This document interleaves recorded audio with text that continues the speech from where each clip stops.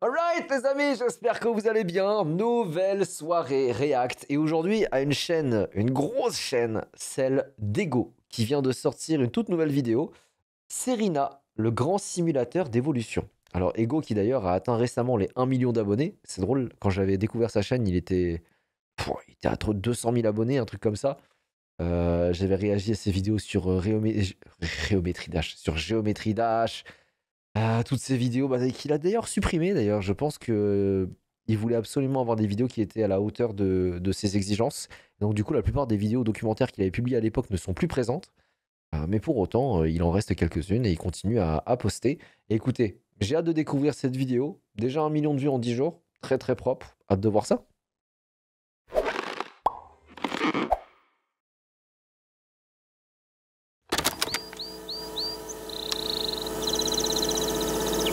Et là, je suis très content. Je vois qu'il y a une promotion rémunérée dedans. Et je crois qu'il en a quasi jamais fait jusqu'ici. C'est bien, Ego, prends ta thune. Comme d'hab, les gars, je vous mets le lien en description. Allez checker la vidéo, abonnez-vous à la chaîne d'Ego. Let's go. Ça rime.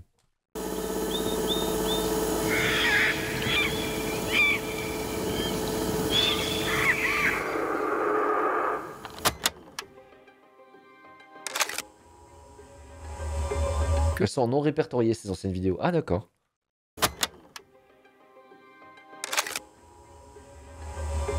Que se passerait-il si on lâchait sur une petite planète terraformée quasiment uniquement des canaris? Que se passerait-il si on laissait cette seule espèce évoluer dans des dizaines de niches écologiques différentes, sans aucune intervention, et en leur laissant quelques centaines de millions d'années pour évoluer? Qu'est-ce que ces canaris deviendraient? Voilà l'expérience que propose Serena, aussi appelée Serena, une histoire naturelle du monde des oiseaux, un site internet qui propose la lecture d'un projet d'évolution spéculative uniquement en texte et en dessin. Mais vous et moi, nous allons explorer l'endroit un poil différemment. Il a changé de micro. Un dinosaure. Wesh, c'est quoi ce poulet dinosaure là? C'est terrifiant. Mais avant ça, un petit mot de la part de notre sponsor d'aujourd'hui. Avant de nous y mettre, permettez-moi de vous présenter le partenaire éducatif de cette vidéo, Duolingo. Alors on la fait pas, moi. Je la sentais venir. Avançons. Tandis, retour à la nôtre. Voilà Serena. Son adresse cosmique nous est inconnue, on n'est même pas certain qu'elle se situe dans notre galaxie. Ce qu'on sait en revanche, c'est qu'initialement Serena c'est une lune. Plus précisément, c'est la lune d'une planète géante gazeuse dans la zone habitable d'un système stellaire lointain, une lune qui fait les 2/3 de la taille de notre Terre. Ok. Un beau jour, une entité dont nous ignorons tout et que j'appellerai l'autre, entreprend de terraformer cette lune de manière à lui donner des caractéristiques similaires à celles de notre Terre à nous. Ok, donc pression atmosphérique, eau, oxygène, etc. L'objectif, c'est que cette lune initialement stérile puisse, à terme, accueillir de la vie. Pour cela, l'autre entreprend la formation d'une atmosphère similaire à la nôtre, il stabilise la rotation de la lune et l'incline légèrement de manière à reproduire les saisons et le cycle jour-nuit que nous connaissons bien. Les terres de Serena forment au début un supercontinent unique appelé Cyrus, en forme d'arc reliant 5 grandes masses terrestres par des isthmes étroits. C'est astucieusement pensé de la part de l'autre puisque ce pont continental va permettre à la faune et à la flore introduite de se disperser partout sans barrière océanique. À l'établissement de la biosphère, le climat de Serena est chaud et humide, l'atmosphère est riche en oxygène et entretient Toujours comme ça avec Ego, sa voix, elle t'hypnotise. un climat tropical généralisé d'environ 16 degrés de moyenne. Aucune calotte glaciaire n'existe, seules les extrémités polaires connaissent un froid hivernal modéré, le reste du globe étant un vrai jardin d'Éden tropical, favorable à la vie. Une fois la chose faite, l'autre y introduit, justement, de la vie, en petite quantité, mais des formes de vie ayant déjà subi des millions d'années d'évolution. Il y a introduit des poissons, des crustacés, des méduses. Il y a introduit des plantes, de l'herbe, des céréales, du bambou, des fleurs, des algues, de la mousse. Bah, en fait, là, pour le coup, si tu donnes les mêmes conditions que la Terre à la planète et que tu y introduis les espèces, en fait, il y a de fortes chances que la vie ressemble à ce qu'on connaît déjà, hein.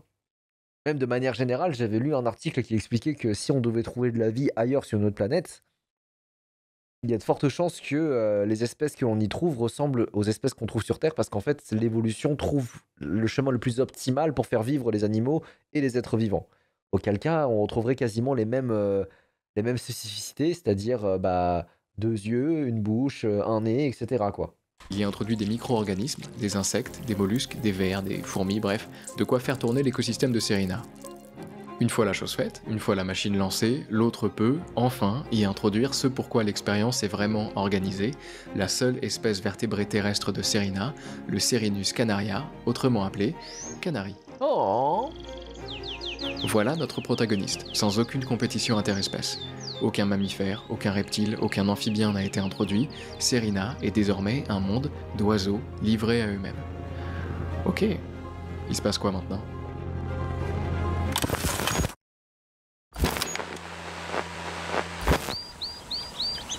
Eh ben, ça mange. Bah oui, oui. Normal. Et ça se reproduit, en masse. Mais ouais, les canaris ont une quantité quasiment illimitée de nourriture et aucun prédateur, forcément les choses vont vite. Ils se nourrissent de graines, de jeunes pousses de plantes et chaque couple de canaris peut produire plus de 15 oisillons par an. Ok, schéma. Un canari mâle, un canari femelle. Bon, la question c'est est-ce qu'il va pas y avoir des canaris qui vont devenir carnivores au bout d'un moment? Dans le corps de l'un et de l'autre, il y a de l'ADN. En gros, c'est la recette génétique de chacun. Quand le mâle crée un spermatozoïde, Je vais juste fermer la fenêtre, il commence à faire froid. la moitié de sa recette génétique à lui est copiée à l'intérieur. Quand la femelle crée un ovule, la moitié de sa recette génétique à elle est copiée à l'intérieur. Et quand le spermatozoïde et l'ovule se rencontrent, ils fusionnent et forment un nouvel être Oui. avec un mélange unique des recettes des deux parents. Oui, oui. Avec nos canaris. D'ailleurs, ma meuf qui n'arrive pas à se remettre du fait que notre enfant n'aura pas les yeux verts comme elle. Désolé ma chérie, les yeux noirs des Asiates, c'est un gène qui écrase tout. Ah oui, bah oui, bah t'as choisi le mauvais gars. Et on a des parents très similaires qui font fusionner des recettes très similaires et on se retrouve donc avec des bébés canaris très similaires. La recette ne bouge pas beaucoup. Bon. Mais on va avancer un peu et je vous préviens, ici, avancer un peu, c'est avancer beaucoup. Attends, tu deviens papa? Non, non, c'est si jamais on envisage d'avoir un enfant. Pour preuve, notre premier saut dans le temps dure 10 000 ans.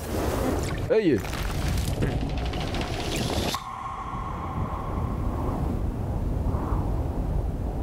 Après plus de 7000 générations, les canaris se répandent lentement sur les 5 grandes masses de terre. Et malgré le peu de temps passé, on peut déjà voir apparaître des différences notables entre certains canaris. Ok, comme quoi? Sur les plaines d'Antsika, on trouve de grands canaris aux plumes grises et blanches, solitaires, assez grands pour briser l'enveloppe de graines de tournesol de la taille d'amande. On trouve de petits canaris rouges qui se rassemblent en groupe pour picorer de jeunes pousses. Dans un monde sans arbres et sans buissons comme l'est Serena après 10 000 ans, la plupart des canaris construisent leur nid à même le sol, comme cette femelle qui rentre à la maison après des heures de recherche de nourriture. C'est très particulier cette DAVHS là. Le problème, c'est qu'en arrivant devant son nid, elle retrouve ses œufs détruits, coquilles, brisées. À quelques mètres de là, on trouve, discret, un canari qui observe la scène. L'un de ses ancêtres, plutôt que de courir et de chasser des insectes, a mieux survécu en allant simplement manger les œufs des autres, non protégés à même le sol. Ça a fonctionné, les gènes se sont transmis, quelques dizaines ou centaines d'années sont passées, et Le truc est devenu carnivore. voilà, on a une population de canaris spécialisés, des canaris mangeurs d'œufs. Déjà, Serena perd son innocence. Les canaris ne sont plus tout à fait en sécurité. Mais, danger mis de côté, comment toutes ces différences sont possibles? Pourquoi 7000 générations après avoir introduit une seule espèce de canari, qui se transmet la même recette en boucle, on trouve autant de diversité? Ça, c'est l'évolution, à savoir le processus par lequel les espèces vivantes se transforment et se diversifient au fil des générations. Et c'est l'occasion pour moi de dépoussiérer le concept. Quand j'entends parler d'évolution aujourd'hui, déjà soit on la remet complètement en question, soit j'ai presque l'impression qu'on me présente une créature consciente, une sorte de petit dieu, comme si Mère Nature prenait forme et en fonction des environnements et des événements, décidait de modeler une créature de telle ou telle façon. Oui, bah oui, moi je me rappelais quand j'étais au lycée, il y avait. On a tous eu ce livre d'SVT où il montrait qu'à l'époque, dans les zones industrielles d'Angleterre, là où il y avait beaucoup de charbon, de fumée, etc., où les arbres commençaient à noircir, la population de papillons avait adapté leur couleur en fonction de la couleur des arbres. C'était des papillons blancs de base, ils sont devenus noirs. C'est vraiment comme ça qu'on en parle, comme d'une force intelligente. C'est tout le contraire. Déjà, l'évolution, c'est pas une entité dotée de conscience, c'est un processus complètement aveugle, affreusement lent et fondamentalement chaotique. Et c'est tout aussi magnifique. Retour à notre couple.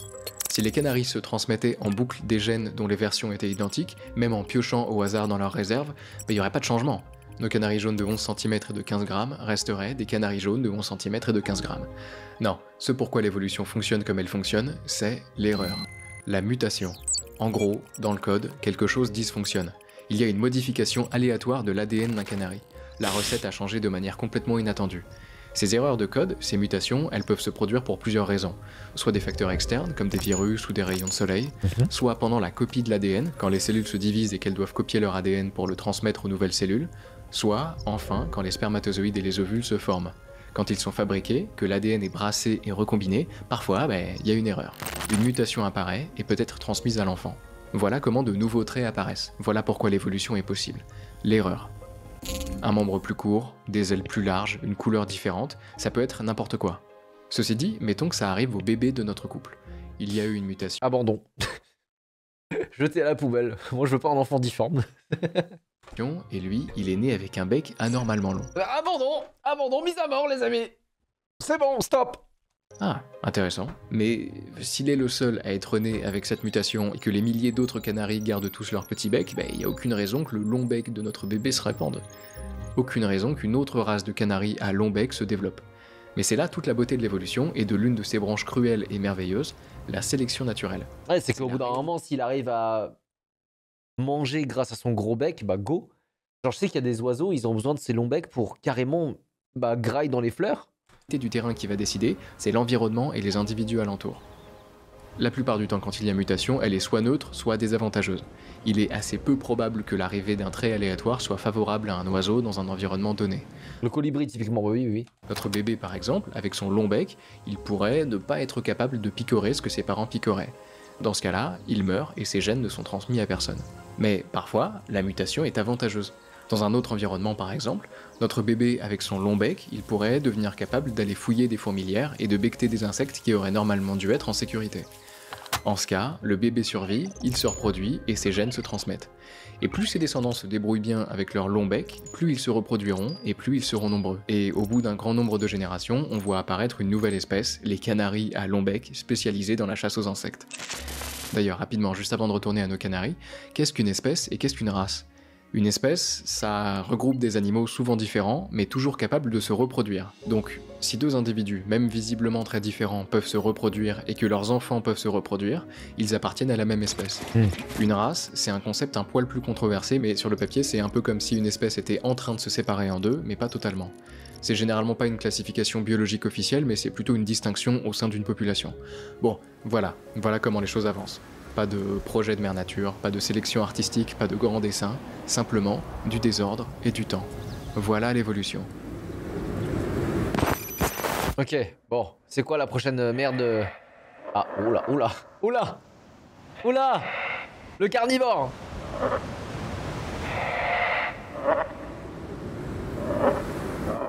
Ah, on est dans Subnautica là. Merci beaucoup si j'ai déplacé. Millions d'années après le lancement de l'expérience, le long de l'équateur, au centre de l'océan, se trouvent les îles Kiran. Des îles sur lesquelles vivent notamment l'une des plus grandes espèces d'oiseaux de Serena. Les trapus. What the fuck? Ces oiseaux sont très grands et très gros. Leurs ailes sont atrophiées, complètement inutiles. Et ces deux traits, très grands et ailes atrophiées, ne sont pas étonnants étant déjà étudiés en biologie. Voler quand on est un oiseau, ça a un sacré coût énergétique. Donc, si notre oiseau vit dans une zone dans laquelle ne se trouve aucune menace qui nécessiterait de fuir rapidement, la sélection naturelle peut favoriser la réduction ou la perte du vol. Oh, de l'adaptation nulle, frère. Qui peut permettre à ces oiseaux de consacrer plus d'énergie à d'autres traits adaptatifs comme la croissance corporelle, la ponte d'œufs plus gros, etc. Et sur Kiran, les trapus n'ont pas de prédateurs, donc pas besoin de fuir rapidement, donc disparition progressive des ailes et proportions massives, jusqu'à 3 mètres de haut et 400 kg. Ils bougent lentement, ce qui ne pose aucun problème, personne ne les chasse, ils peuvent se contenter de manger ce qu'ils trouvent, des poules. Ah mais c'était pas le délire, c'est pour ça que les dodos ils se sont fait défoncer. Espèce endémique de l'île Maurice, les humains sont arrivés, ils se sont fait défoncer, avec en plus les rats dans les bateaux et les chats. Les dodos, ils pouvaient pas s'envoler, ils se sont fait buter.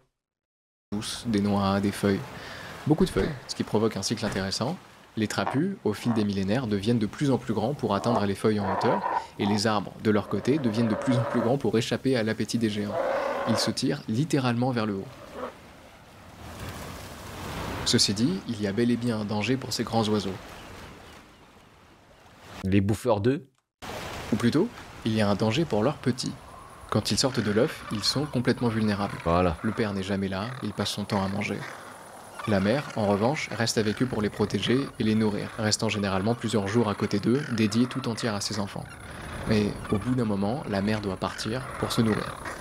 Et très vite, en voyant l'immense silhouette de la génitrice s'éloigner de son nid, s'approche, lentement, une horde de créatures bleues aux reflets roses, cliquetantes et agitant leurs pinces, des bernards l'ermite terrestres, qui n'attendaient qu'une chose depuis des jours, que les petits soient seuls. Oh putain, oh, le massacre. Immédiatement, les bernards l'ermite avancent et prennent le nid d'assaut. Les petits se rassemblent, forment un bloc, essayent de se positionner le plus au centre possible pour C'est quoi ces délires de gros carrés noirs que je vois au milieu de l'image? éviter les coups de pince. Et s'ils y arrivent un moment, au bout d'un certain temps, les bernards l'ermite arrivent à attraper une patte ou une aile et à tirer l'oisillon le plus faible pour le dévorer entièrement. Ah. Oh, le Les bruit. trapus, nés nombreux pour compenser les pertes, ont 85% de chances de mourir lors de leurs 3 premières semaines d'existence. Ils grossissent rapidement, mais tant qu'ils ne sont pas adultes, ils vivent l'enfer. Ils deviennent très lourds, sur le papier assez gros pour se défendre, mais en pratique incapables de se déplacer avant quelques semaines encore. Pour ces petits-là, c'est encore plus dur que pour ceux qui sont morts plus tôt, parce que quand les bernards l'ermite arrivent, ils sont obligés de se laisser grignoter vivants, un petit bout de chair par-ci, une aile par-là, parfois pendant des jours. Yes. Fait plaisir ça. Enfin, finalement, lorsqu'ils grandissent suffisamment et qu'ils sont capables de se déplacer malgré leur poids, ils peuvent se mettre à l'abri.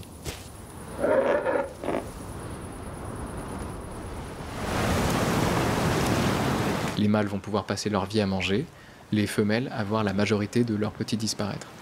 C'est la vie. En tout cas sur les îles Kiran. Donc tout ça, cette vidéo, il l'a construit à partir d'un site internet qui simulait l'évolution. D'accord. Ailleurs, et quelques 40 millions d'années plus tard, on trouve une relation interespèce beaucoup plus douce. Voilà un pinson. C'est pas forcément aussi excitant que le reste, mais ça c'est pas le boulot de l'évolution. Notre pinson traîne dans une prairie, à la recherche de nourriture, ici des graines et des céréales. Mais la chasse n'est pas particulièrement bonne. Aujourd'hui, notre pinson a du mal à trouver ce qu'il cherche. Ceci dit, après quelque temps, il entend quelque chose. Oh, quelle horreur. C'est quoi cette Voilà merde? un échassier de Sérina. Comme le trapu à son époque, c'est lui aussi un oiseau géant herbivore. C'est Enfin, une sorte d'autruche en fait. on grimpe encore d'un niveau, puisque l'échassier est capable d'atteindre 12 mètres de haut et de peser plusieurs tonnes. Sa taille le protège de la Tu viens d'arriver, tu pars où? Je reste à Paris. Juste, je ne fais rien pendant une semaine. plupart des prédateurs, c'est souvent pour ça d'ailleurs que certains animaux deviennent si gros, ce qui lui permet de manger en paix. Enfin, en paix, oui et non. Certains échassiers ont de très petites plumes emmêlées qui forment une sorte de fourrure. Une fourrure qui se trouve être l'habitat privilégié de petits insectes, ce qui embête forcément les géants incapables de s'en débarrasser. Mais ils ne sont pas seuls, ils ont des compagnons d'une autre espèce que vous connaissez en fait déjà, des pinsons insectivores. Ces petits oiseaux, beaucoup plus semblables au canari original, s'installent régulièrement sur les corps gigantesques des échassiers et picorent les insectes qui leur passent sous le bec. Pratique. Le corps de l'échassier est devenu une sorte d'écosystème miniature. Son sang nourrit les insectes qui sont dévorés par les petits prédateurs que sont les pinsons, qui maintiennent un environnement viable. Tout ça, ils viennent tous des mêmes petits canaris. D'accord, ok.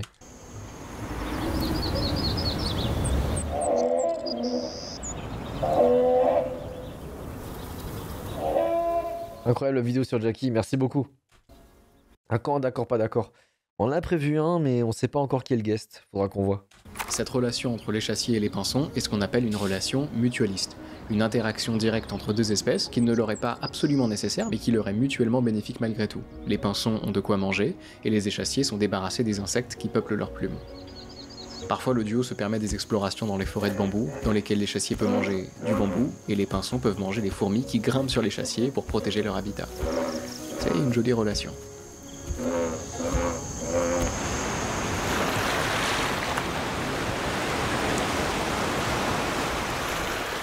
Après 50 millions d'années, les oiseaux ont investi les océans. Tous les yes. océans de Sérina.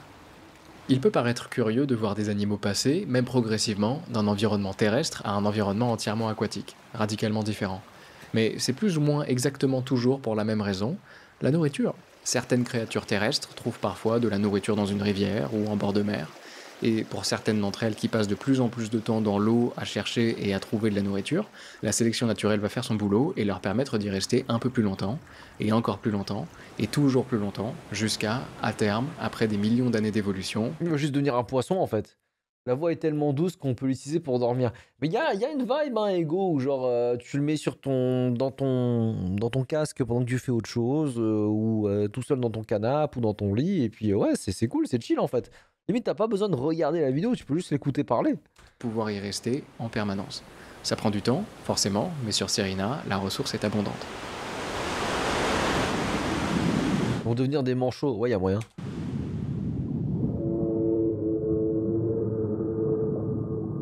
Et quoi de devenir thalassophobe avec ces bêtises?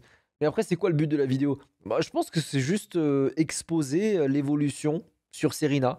Genre, c'est ça, hein, je pense qu'il a pris le site de la simulation de Serena pour savoir comment évoluent les espèces et qu'il la présente en storytelling. Je pense que c'est juste ça, hein. Merci beaucoup, The Frenchmate.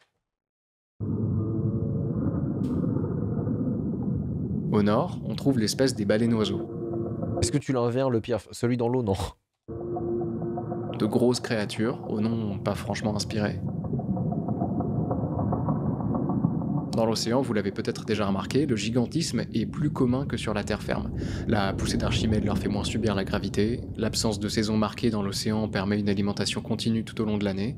Alors, sachez que, genre, vraiment, hein, je fais une très rapide aparté. Il y avait une vidéo qui était super de Kurzgesagt qui expliquait pourquoi les animaux géants ne mouraient jamais de cancer.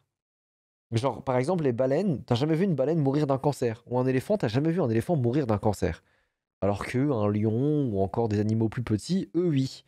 Et en fait, l'explication, c'est qu'en fait, une tumeur, à notre échelle, c'est mortel. Surtout quand ça devient métastasé. Mais en fait, sur le corps d'une baleine qui est aussi énorme, une tumeur à ce point-là, qui est toute petite, bah, ça va pas le buter. Et en plus de ça, il y a un autre truc, c'est que leurs tumeurs, bah, elles sont proportionnellement plus grosses que nos tumeurs à nous. Et comme elles sont plus grosses, bah, les tumeurs développent des tumeurs. Et la tumeur de la tumeur tue la tumeur. Donc il n'y a plus de tumeur. Elles s'entrebouffent les tumeurs en fait. C'est fascinant. C'est fascinant. Le déplacement est aussi plus efficace dans l'eau, donc il est moins vorace en énergie. C'est la tumorception. Mais je te jure, mais allez regarder la vidéo de Kurzgesagt, c'est incroyable. Tu meurs pas. Oh, elle est belle. Et en plus de ça, les grands corps ont un avantage thermique. Ils Le sont bail, c'est le Hunger Games du cancer. moins sensibles au froid. Bref, plein de raisons qui font que certains animaux aquatiques deviennent géants, comme nos baleines-oiseaux.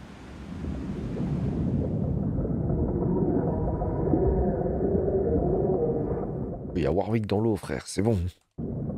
Ces animaux se nourrissent de poissons, de plancton et d'autres invertébrés marins. Leurs ailes ont évolué de manière à servir de nageoires. Leurs corps sont presque totalement dépourvus de plumes, recouverts d'une police, et ils se maintiennent au chaud grâce à une épaisse couche de graisse isolante. Les baleines-oiseaux ont développé ce qu'on appelle des pseudodents, des excroissances osseuses ressemblant à des dents leur servant à retenir leur proie, et des structures ciliées sur la langue leur permettant de filtrer le plancton. Bon, c'est une baleine, quoi. Et tous ces traits ne sont pas uniques aux baleines-oiseaux.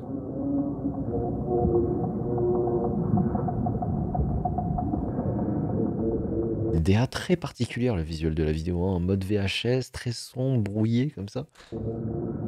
Quelques dizaines de millions d'années plus tard, on trouve dans les océans le snark géant, dont le clade est issu de mollusques gastéropodes ayant radicalement convergé vers une forme de poisson-raie. Comme le baleine-oiseau, il possède de grandes nageoires et une bouche large avec des structures filtrantes pour capturer le plancton. À la même époque, on trouve aussi la baleine râteau, qui, elle, a évolué à partir d'un des poissons initialement amenés sur Serena. Cette créature a développé une méthode d'alimentation par fouissage-filtration en C'est quoi, c'est en ornithorynque en forme de poisson, là? raclant le fond marin, en aspirant l'eau, puis en la recrachant tout en filtrant et en gardant les organismes qui y étaient cachés. C'est rigolo, non? Qu'on ait des organismes issus d'oiseaux, de mollusques et de poissons qui se sont développés de manière similaire. Et c'est pas une coïncidence, c'est ce qu'on appelle la convergence évolutive, quand des animaux différents sont placés face à des pressions sélectives qui les font évoluer de manière similaire. Par exemple ici nos oiseaux, nos mollusques et nos poissons, ils ont tous été placés face à des pressions sélectives similaires. L'abondance de plancton dans les mers polaires, la nécessité d'une propulsion efficace en milieu aquatique, etc. Pour les planctons, nos animaux ont tous développé à leur manière un système de filtration pour les piéger. Pour la propulsion, ils ont développé des nageoires à partir de membres différents. Pour les oiseaux à partir de leurs ailes, les mollusques à partir de leurs pieds, les poissons à partir de leurs nageoires. Des espèces radicalement différentes, placées face à des contraintes similaires, se développeront de manière similaire. C'est la beauté de l'évolution.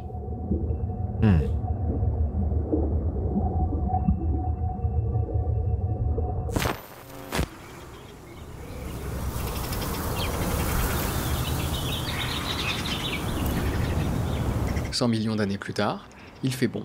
En tout cas, il fait bon dans les forêts tempérées de Serena. Dans son terrier, une petite créature, bien au chaud. Elle a faim, et ça n'intéresse personne. C'est quoi, c'est un insecte? Plus haut, dans les arbres, c'est une toute autre histoire. Ce moineau-mouette s'occupe de son nouveau-né depuis quelque temps. Mais lui qui vient de rentrer à la maison pour le nourrir, il n'y voit plus son petit. Ça arrive de temps en temps, certains oisillons dégringolent, ils tombent du nid ou des branches sur lesquelles ils étaient maladroitement perchés, et les parents, pour les retrouver, ils fonctionnent à l'ouïe. C'est le cas de cette femelle. En entendant un pépiment familier en bas, elle se précipite au sol et largue un verre dans la gueule grande ouverte de son enfant. Sauf que Elle va se faire graille. En fait, c'est juste un autre oiseau qui s'est adapté pour imiter le bruit de son petit. c'est pas son enfant. La créature qu'elle vient de nourrir, sans le savoir, c'est un gobelin des nids. What? C'est dégueulasse, c'est quoi ça encore? Un gobelin des nids, frère, c'est quoi ce nom? Une créature grisâtre, aux longues oreilles, aux doigts crochus, au museau pointu, la gueule pleine de dents acérées, dont le destin est intrinsèquement lié à celui du moineau-mouette. Quelques minutes plus tôt, quand il a entendu un oisillon tomber du nid piailler pour appeler ses parents, le gobelin est lentement sorti de son nid, s'est rué vers la source de l'appel et a dévoré le petit. Wow. Oh, ces bruits. Oh. Oh. Vous savez que généralement, ce genre de bruit, d'eau cassée et tout ça, dans les studios d'ingé son, en fait, ils le font euh, en cassant du céleri et en le mâchant. Par exemple, pour imiter le bruit d'un crâne qui est ouvert, tu prends une citrouille et tu donnes un gros coup de batte de baseball dedans. Une fois la chose faite, il a commencé à imiter les cris de l'enfant dont il a fait son repas, mais beaucoup plus fort, pour que son cri à lui couvre celui de potentiels autres oisillons. La mère moineau-mouette, paniquée, accourt et dépose dans la bouche un peu trop grande du gobelin la nourriture qu'elle pense apporter à son petit. Et elle se fait Elle bouffer. nourrit, sans le savoir, l'assassin de son enfant. Ça, c'est ce qu'on appelle du parasitisme aviaire. C'est le fait de tromper Ah d'autres non, elle se fait pas bouffer, d'accord. oiseaux pour se faire nourrir. Une composante de ce... Bah, et ça, les gars, le parasite aviaire, est-ce qu'on peut parler du coucou? Le coucou, c'est quand même une dinguerie. Hein. C'est des oiseaux qui débarquent dans le nid d'autres oiseaux, qui kickent un œuf pour pondre le leur. Et après, ils s'en vont. Sauf que le coucou, si vous regardez un peu la gueule de cet oiseau, bah, il est beaucoup plus imposant qu'un pigeon, en fait. Genre, regardez, un coucou... Non, pas coucou les Congolais, par pitié. Un coucou, ça a cette taille. Et en fait, du coup, il y a des oiseaux qui se retrouvent avec un enfant qui n'est pas le leur, qui est beaucoup plus grand que leur enfant habituel et qui réclame beaucoup plus de nourriture. Et le coucou prend tellement de place dans le nid des autres oiseaux que des fois, il les fait basculer du nid. Donc non seulement il tue ses frères et sœurs, mais en plus de ça, les parents, bah, ils sont épuisés à force de les ramener à manger parce qu'ils en réclament tout le temps, donc les parents meurent aussi. Voilà, c'est l'histoire de comment des oiseaux, parents irresponsables, détruisent la vie d'autres oiseaux.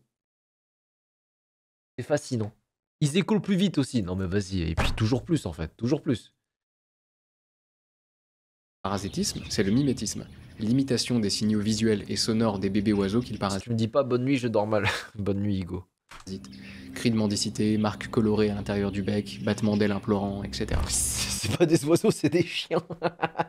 Ce que ça développe, c'est une sorte de course aux armements évolutive entre gobelins et moineaux. Chaque ajustement chez l'un entraîne une contre-mesure chez l'autre, dans une escalade adaptative au fil des générations. Les moineaux développent par sélection naturelle des défenses, ce qui favorise chez le parasite l'émergence de nouvelles ruses. De cette manière, le gobelin et les moineaux évoluent depuis des millions d'années dans une sorte d'équilibre dynamique. Et encore une fois, ces comportements en apparence calculés ne sont en réalité que la succession d'étapes façonnées par le temps et la sélection.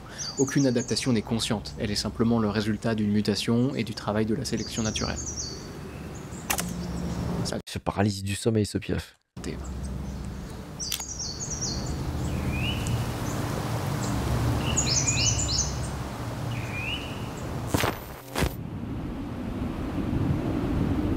Alors là, on est dans les montagnes maintenant. Tout au sud du continent le plus au sud de Serena, Stevlandea, il fait frais. L'air est sec, l'herbe éparse et recouverte d'une fine couche de givre qui craque sans résistance au toucher. Le bruit de la neige comme ça, je sais qu'il y en a qui en raffolent en hiver. Mais bon. Vous êtes pas prêts pour ce débat, mais la neige c'est surcoté, c'est de la merde, voilà. Je préfère le dire.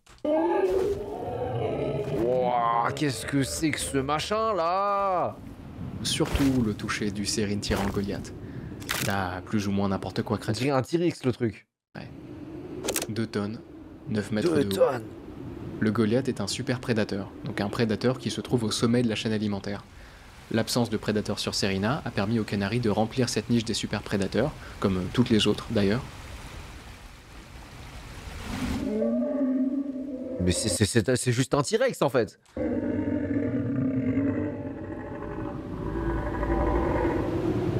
Ne bougez pas, il se repère au mouvement.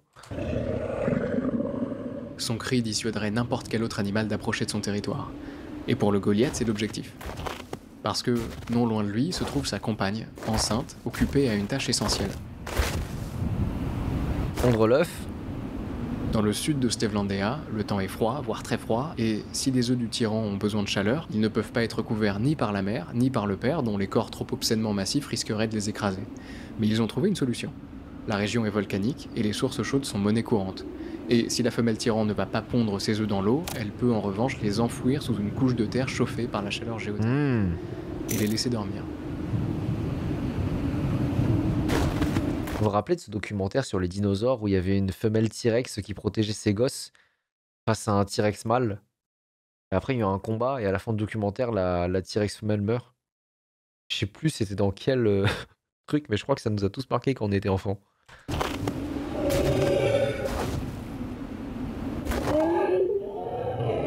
Un documentaire avec des modèles 3D, tu sais.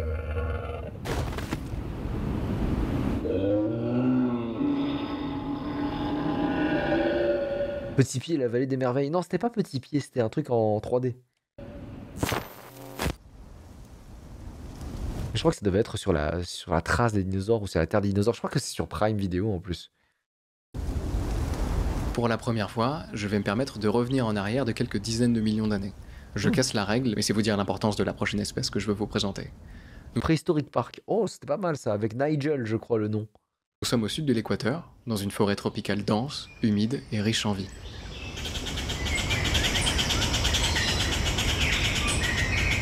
Parmi ces formes de vie, celle qui nous intéresse est perchée dans un arbre. C'est un oiseau, le membre d'une espèce toute neuve, jeune de 4000 ans seulement, une phrase qui vous aurait sûrement arraché un sourire en début de vidéo, mais après 175 millions d'années, j'imagine que vous commencez à vous habituer. Cet oiseau est le geais bavard à queue fourchue. Après les individus que nous avons rencontrés, celui-ci ne paraît pas bien intéressant. Un oiseau aux dimensions et aux couleurs presque ennuyeuses. Et pourtant... Il semble à peine avoir évolué. Mais l'intérêt que j'y trouve est ailleurs. Son nom, Locax philosophus, le penseur bavard. Le cerveau de ce geais pèse seulement 14 grammes, extrêmement léger donc, un cerveau enfermé dans une boîte crânienne qui ne peut pas devenir trop lourde au risque d'empêcher l'oiseau de voler correctement. Alors plutôt que de faire plus gros, l'évolution a fait plus efficace, comme souvent avec ce genre d'oiseau, en optimisant autant que faire se peut la densité neuronale et l'organisation de l'encéphale. Ce qui permet à ce cerveau, qui ne représente en masse qu'un centième d'une autre, de fonctionner de manière similaire à celui de l'humain. Cet oiseau est très intelligent, autant qu'un humain. Il en est même arrivé à avoir conscience de lui-même. Et si vous voulez savoir comment on passe d'atomes inertes à une entité capable d'avoir conscience d'elle-même, faites-le moi savoir et je vous en ferai un épisode dédié. Notre oiseau, lui, est attelé à des considérations autrement plus dramatiques. Il est conscient de lui-même, certes, mais il est surtout conscient d'être le dernier membre de son espèce. Aïe ah. Parce que cette forêt n'a pas toujours été une forêt. Autrefois, on appelait cet endroit le désert de l'ombre des pluies, une vaste étendue sèche située sur la face abritée des montagnes d'une ancienne ceinture tropicale de Serena. Ce désert de l'ombre des pluies tire son nom du phénomène météorologique qui l'a formé. Les montagnes environnantes bloquent les nuages chargés d'humidité, ce qui prive la région de précipitations abondantes. Résultat, un environnement semi-aride où les saisons sont marquées par des contrastes extrêmes entre périodes de relative abondance et longues phases de sécheresse. Mais les temps ont changé. Et là où ne se dressaient autrefois que quelques arbres rabougris, secs et fendus, plantés dans une terre aride, sortent de terre depuis quelque temps des arbres immenses, bordés d'une végétation luxuriante, chaude et humide. Alors la question c'est pourquoi c'est le dernier de son espèce. Les changements climatiques drastiques de la région ont bouleversé l'écosystème du désert de l'ombre des pluies, qui n'a plus rien de désert, mais tout de l'ombre et de la pluie. Et nos geais bavards, intelligents, adaptatifs et habitués à des conditions parfois drastiquement changeantes, les geais bavards donc ont été à la hauteur de l'épreuve. Okay. Ils se sont adaptés, encore et toujours. Ils ont changé leurs habitudes sans avoir besoin d'attendre que l'évolution fasse son boulot. Mais toute l'intelligence, toute l'ingéniosité, toute la capacité d'adaptation de cette espèce n'ont rien pu faire face à un défi auquel les geais n'ont rien compris. Une putain de météorite qui va tomber. Eux qui, habitués à vivre dans le désert, n'ont développé aucune résistance aux bactéries et aux maladies évoluant habituellement dans les forêts humides. Ah shit.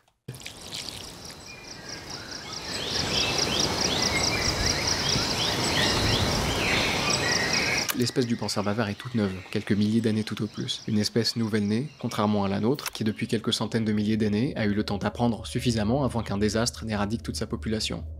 Non, non, vraiment, la météorite, vraiment là? Mais nous aurions pu disparaître aussi. Pour 99% de l'existence de notre espèce, si une météorite suffisamment grosse avait frappé la Terre, nous serions tous morts. Si un virus suffisamment agressif s'était répandu parmi nos populations, nous serions tous morts. On pense d'ailleurs que ça a failli arriver il y a quelques 900 000 ans, une période durant laquelle l'espèce humaine n'aurait plus compté qu'à peine plus de 1200 individus, potentiellement à cause du climat. Mais d'ailleurs, je sais pas si vous avez déjà regardé, quand tu regardes la population de certains animaux, c'est alarmant. Je crois que les tigres, à travers le monde, ils sont 3000 genre.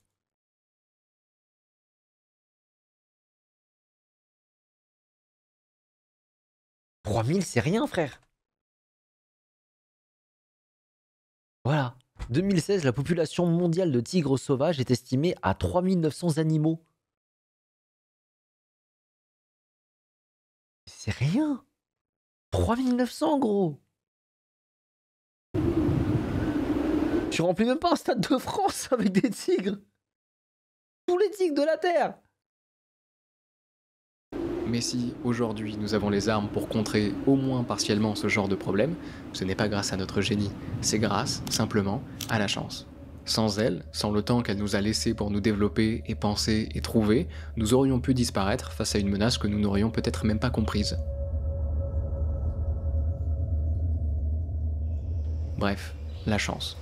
Une chance que n'ont pas eu nos jets penseurs, Merde. qui, un à un, groupe après groupe, sont morts. Bah, fin du game, hein, ils avaient conscience. Bah, dommage. Il ne reste plus que celui-ci, tout en haut de son arbre, le dernier survivant. Je sais traduire en japonais. Il a mis des sous-titres en japonais. Sympa. Et donc c'est même pas des sous-titres automatiques, ça, si? Il les a ajoutés lui-même. Donc il y a du taf, hein. La tête pleine de questions. À ses côtés se trouve une femelle d'une branche similaire mais pas identique à la sienne, auprès de laquelle il a trouvé refuge.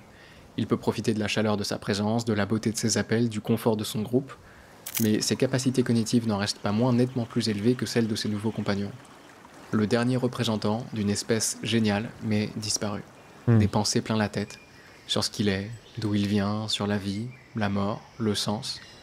Des questions auxquelles il ne trouvera jamais de réponse. T'en fais l'amour, c'est bon, fais un gosse qui aura le même cerveau que toi, et puis voilà. Le monde n'en a pas laissé l'opportunité à son espèce. Il va faire les premiers métis. Le pauvre, il est entouré de cons, de ouf.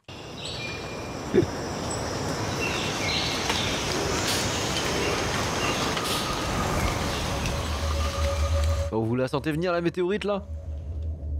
En parcourant les millénaires sur Serena, on fait la rencontre de créatures de plus en plus différentes, parfois presque absurdes d'aspect, et qui peuvent nous sembler, au final, un peu tirées par les cheveux.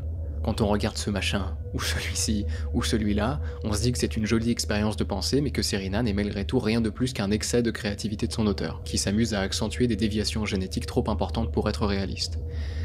Et puis, on se souvient finalement que c'est exactement ce qui s'est passé chez nous.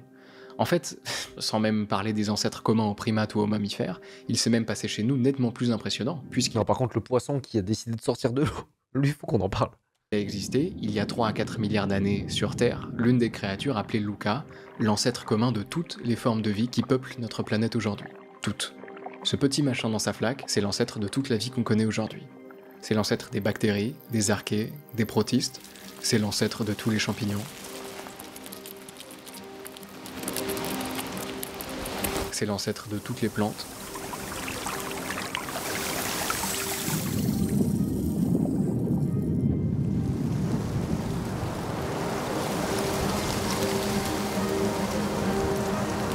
C'est l'ancêtre, enfin, de tous les animaux. De l'iguane marin des Galapagos et des pinsons qui laissent retirer leur tique, du tardigrade, microscopique, quasiment indestructible, qui entre en cryptobiose pour survivre aux températures extrêmes. C'est pas un truc comme quoi ça peut survivre à une bombe atomique, ça? aux radiations et même au vide spatial, de la baleine et du requin, descendus d'ancêtres radicalement différents mais devenus des créatures aux très nombreuses similarités, de l'axolote, doté d'une capacité de régénération hors du commun, qui peut repousser des membres, sa moelle épinière et même des parties de son cerveau, du coucou gris qui, déposé par sa mère dans le nid d'un autre oiseau, se débarrasse de sa compétition. Voilà, je vous avais parlé du coucou. Vous voyez, je vous parlais du coucou. C'est enfoiré là. Du serpent volant, de la seiche, de la crevette menthe, du faucon pèlerin, de l'éléphant, du chimpanzé, de l'humain.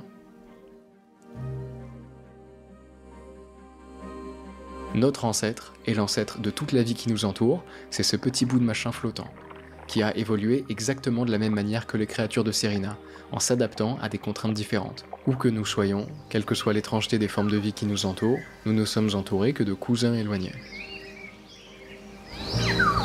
Et ce concept, il est déjà agréable à manipuler intellectuellement.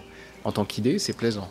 Mais là où ça devient vraiment magique, c'est quand on arrive à le ressentir. Ne pas simplement le comprendre avec la tête, mais aussi avec le corps. Vous pouvez essayer, peu importe l'endroit, une chambre, un métro, une rue, un jardin, un balcon.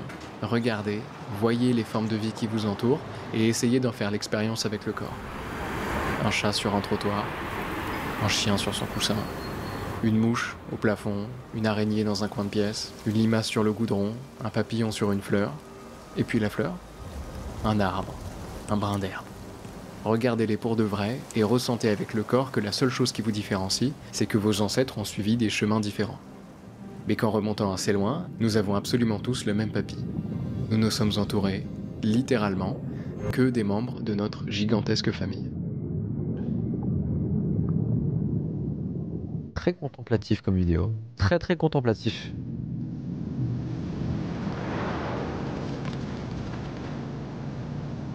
Ah, c'est le moment des frissons là.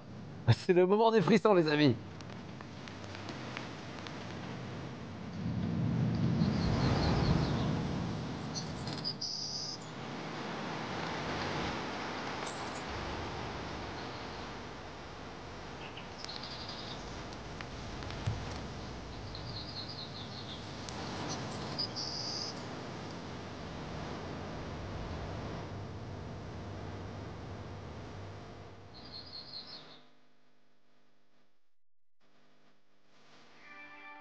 C'est beau la vie. Et c'est fou à quel point, tu sais, en fait, c'est ce genre de truc, les mêmes effets que tu peux avoir en jouant à des jeux comme Outer Wilds, même quand tu regardes un documentaire sur l'évolution, qui reviennent sur les origines de la vie, etc., tu te rends compte à quel point en fait c'est fragile et à quel point en fait tout ça n'a aucun sens.